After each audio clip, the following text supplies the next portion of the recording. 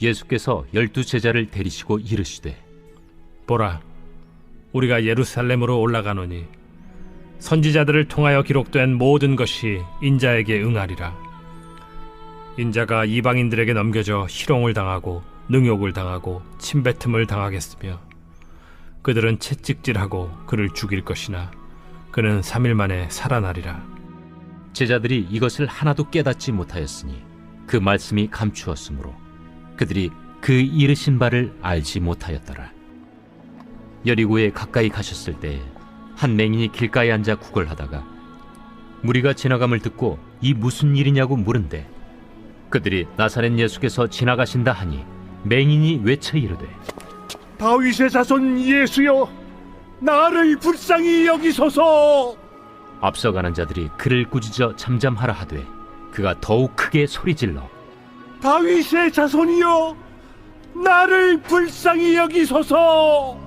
예수께서 머물러 서서 명하여 데려오라 하셨더니 그가 가까이 오매 물어 이르시되 네게 무엇을 하여 주기를 원하느냐? 주여, 보기를 원하나이다. 보라, 네 믿음이 너를 구원하였느니라. 저희가 지난번에는 어떻게 하여야 영생을 얻으리까? 라고 질문하는 그 관리를 보았죠. 그래서 무엇을 해야 영생을 얻는다라는 그런 잘못된 그 가치관을 무엇을 하는 것이 아니라 being이 중요하다. 즉 마음의 중심에 어떤 다른 우상이 있는 것이 아니라 물질이 있는 것이 아니라 마음의 중심에 하나님이 있는 것이 너무나 중요하다라는 것을 살펴보았습니다. 오늘 역시도 이 구원에 대해서 굉장히 중요한 그런 통찰을 주시는 그런 말씀입니다. 이제 오늘 말씀 중에서도요, 특별히 이 35절에 보면은 이제 여리고에 가까이 가셨을 때 한 맹인이 길가에 앉아서 구걸을 하다가 무리가 지나감을 듣고 이 무슨 일이냐라고 묻습니다. 여기서 이제 대조되는 두 단어가 있는데요.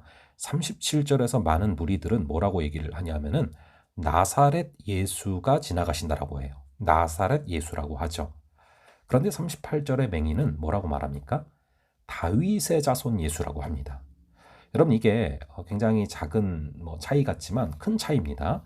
이 나사렛 예수라는 것은요, 사실은 어떻게 보면은 듣는 입장에서는요, 좀 멸시하는 그런 듯한 뉘앙스가 담겨 있을 수 있는 그런 단어예요. 왜냐하면은 이 나사렛에서 무슨 선한 것이 나겠느냐라는 말을 많이 했거든요. 그래서 이제 사람들이 그런 말을 많이 하면서 이 나사렛 예수라는 것이 본인이 하실 때랑은 다르게 다른 사람들이 할 때는 약간 이 어감이 멸시의 어떤 어감이 들어가 있을 수 있는 듯한 그런 이제 어감의 그런 글자라는 것입니다. 그런데 이 맹인은 아주 정확한 믿음을 갖고 있었어요. 그 예수님이 어떤 분인지를 알았어요. 뭐라고 말합니까? 다윗의 자손 예수여 라고 말하지 않습니까? 여러분, 이 다윗의 자손이라는 것은요, 유대인들 사이에서는 정통적인 어떤 메시아라는 그런 정확한 그 뿌리가 있는 그런 메시아라는 그런 말입니다. 그리고 유대인의 왕이라는 그런 얘기죠. 여러분 잘 아실 겁니다. 이 헤롯 왕이요, 유대인의 왕이 나셨다라는 사람들의 말을 듣고서 어떻게 왕이 2명이 있을 수 있냐 이러면서 아이들을 죽이려고 하지 않았습니까? 그래서 이 다윗의 자손이라는 얘기는요, 왕이라는 얘기고, 이 얘기는 완전히 그분이 우리의 왕이시다라는 것을 고백하는 그런 무게감이 있는 그런 고백이거든요. 그래서 이 37절과 38절이 현저하게 다른 고백이다라는 걸 아셔야 됩니다. 그래서 맹인은요, 말 그대로 맹인이 무엇입니까? 앞이 안 보이잖아요.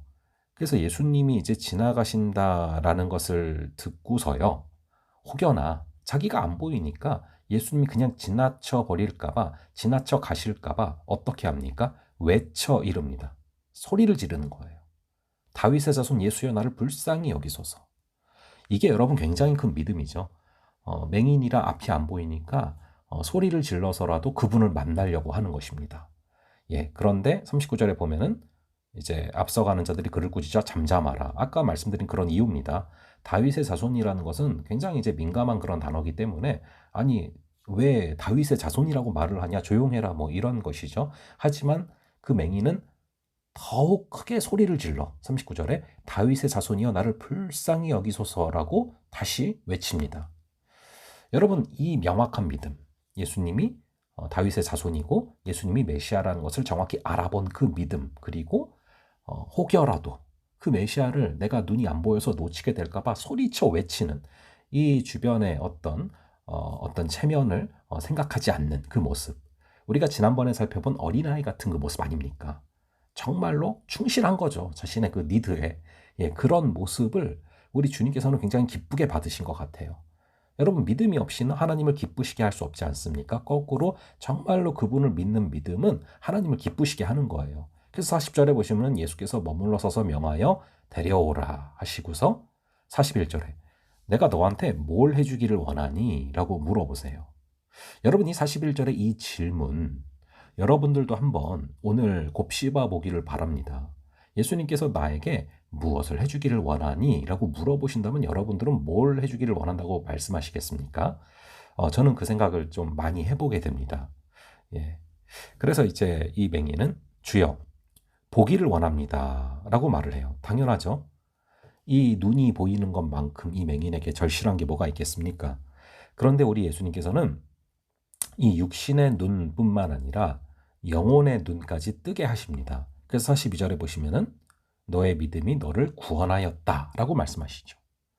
예수가 그리스도임을 바라보는 그 영안의 눈을 더욱더 정확히 열게 하시고 구원이 임하게 하셔서 이 육신의 눈이 떠질 뿐만 아니라 영혼의 눈까지 떠져서 구원이 그에게 임하는 것이죠. 그래서 43절에 보시면은 곧 보게 되어 그냥 눈으로만 보는 게 아닙니다. 마음으로도 주님을 바라보아서 하나님께 영광을 돌렸다라고 나오죠. 그리고 예수를 따랐다라고 나옵니다. 우리가 마음의 눈으로 하나님을 바라보게 될 때 영광을 돌리고 예수를 따르게 되는 것이죠. 자, 그러한 역사, 우리 모두의 역사가 될 수 있기를 간절히 바랍니다. 자, 그러면은 제가 잠시 기도하도록 하겠습니다. 아버지 하나님, 오늘 정말 이 맹인의 모습을 통해서 다시금 구원을 얻는 믿음에 대해서 우리가 묵상하며 나아갑니다. 다윗의 자손 예수여 나를 불쌍히 여기소서. 정말로 예수님이 메시아임을 알고 너무나 간절하여서 자신이 앞이 보이지 않기 때문에 그냥 지나쳐 버리실까봐 큰 소리를 외쳐서 주님을 잡고 싶었던, 꼭 주님을 만나고 싶었던 그 간절한 믿음이 우리의 믿음 되게 하여 주시옵소서. 믿음이 없이는 하나님을 기쁘시게 할 수 없다 말씀하셨습니다. 우리에게 주님을 만나고 싶은 그 간절한 믿음, 그 정말 주님을 사모하는 그 마음, 그것을 허락하셔서 우리가 하나님을 기쁘시게 하는 자가 되게 하여 주시고, 주님께서 내가 너에게 무엇을 하여 주기를 원하느냐 날마다 물어보실 때 이것에 대해서 우리가 정말 마음 깊이 대답하며 살아갈 수 있는 역사를 허락하여 주시옵소서. 주님께서 허락하시는 구원이 날마다 우리에게 임하게 하여 주셔서 우리가 영혼의 눈이 떠여져서 하나님께 영광을 돌리며 또 예수를 따르는 그런 귀한 하루가 되게 하여 주시옵소서. 오늘 하루도 주님께서 붙들어 주실 줄을 믿사오며 이 모든 말씀 우리 주 예수 그리스도의 이름으로 기도합니다. 아멘. 예, 그럼 다음번에 또 뵙도록 하겠습니다.